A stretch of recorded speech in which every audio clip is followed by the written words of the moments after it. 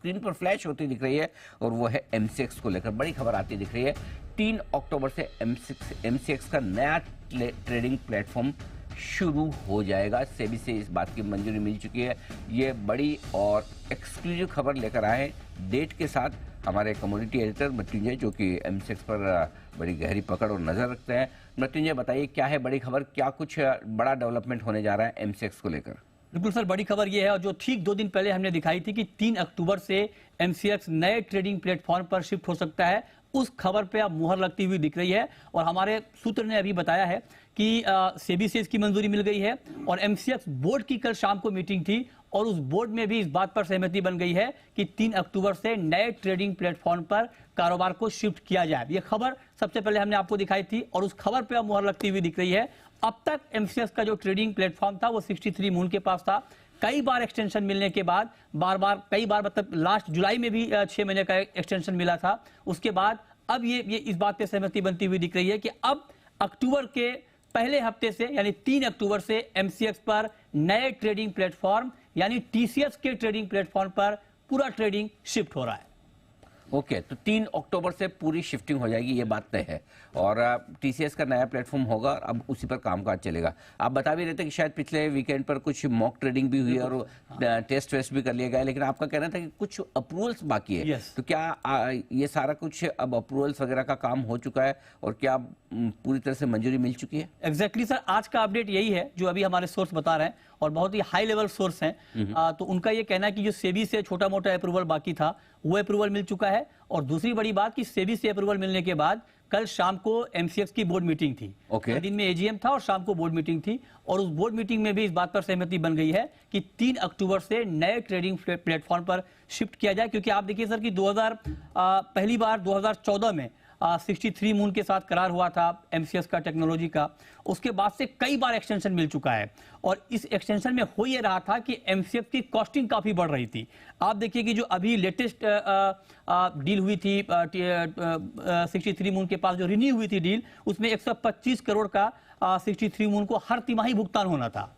काफी ज्यादा लागत थी और इसी मकसद से ये करार किया गया था TCS के साथ कि इनकी कॉस्टिंग कम हो जाएगी और उस दिशा में फाइनली अभी होता हुआ दिख रहा है। बिल्कुल, तो MCX के लिए ये बड़ा डेवलपमेंट और जहां पर इनकी कॉस्टिंग भी कम होती हुई दिखेगी और यही वजह कि बाजार काफी खुश भी है। 2.5% स्टॉक मजबूत होता दिख रहा है और MCX पर काफी समय से पॉजिटिव और बुलिश हैं। जैन साहब हमारे साथ हैं भी, एक बार जरा उनकी राय ली जाए। जैन साहब, ये TCS के ट्रेडिंग प्लेटफॉर्म पर सॉफ्टवेयर पर स्विच होना कितना इंपॉर्टेंट है MCX के लिए और आपकी क्या है राय?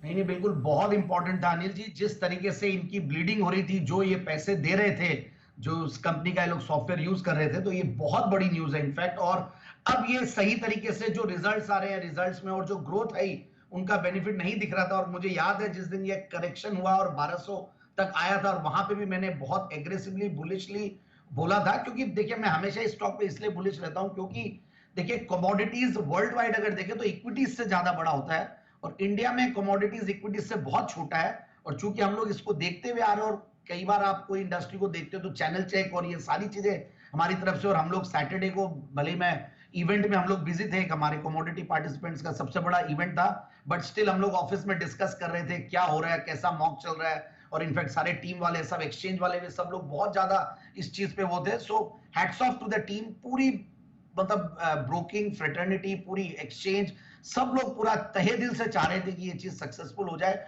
और TCS जैसा देखिए एक मतलब रोबस्ट अगर वो आता है, सर्टेनली देखिए इश्यूज आ रहे थे, धीरे धीरे वो सॉल्व हो रहे थे, कुछ ना कुछ हिकअप्स आ रहे थे बहुत दिनों से मॉक, और हर सैटरडे को हमारी पूरी टीम, सब लोग, हर ब्रोकर के यहाँ पे हो रहा था। बट अब मुझे लगता है कि अब अच्छा हो जाएगा और आगे आने वाले दिनों में MCX के रिजल्ट्स, अब एक्चुअल रिजल्ट्स दिखेंगे और पैट और ये सारी चीजें बढ़िया दिखेंगी।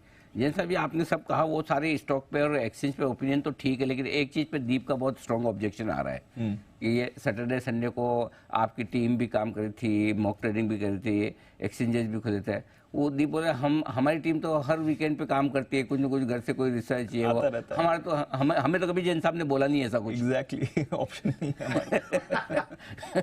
नहीं तारीफ करो देखिए, थोड़ी। हमें तो 24 घंटे 24/7 हम सब लोग काम करते, रिसर्च तो चलती रहती है। नहीं इतना भी नहीं करते। देखो देखो ना ना ना ना, गलत बात की क्रेडिट नहीं लेंगे। 24 घंटे नहीं करते भाई, जो नहीं करते क्यों हम, भगवान झूठ ना बुलाए। जो नहीं करते तो क्यों बोले। 24/7 का मतलब कि भाई सोते टाइम में नहीं करते, जब जगते हो तो आप रिसर्च तो ऑन रहता ही है। आप हम स्पोर्ट्स की भी न्यूज लाते हैं और यहाँ पे 360 डिग्री नॉलेज मिलता है। जी बिजनेस की सबसे बढ़िया बात मुझे ये लगी।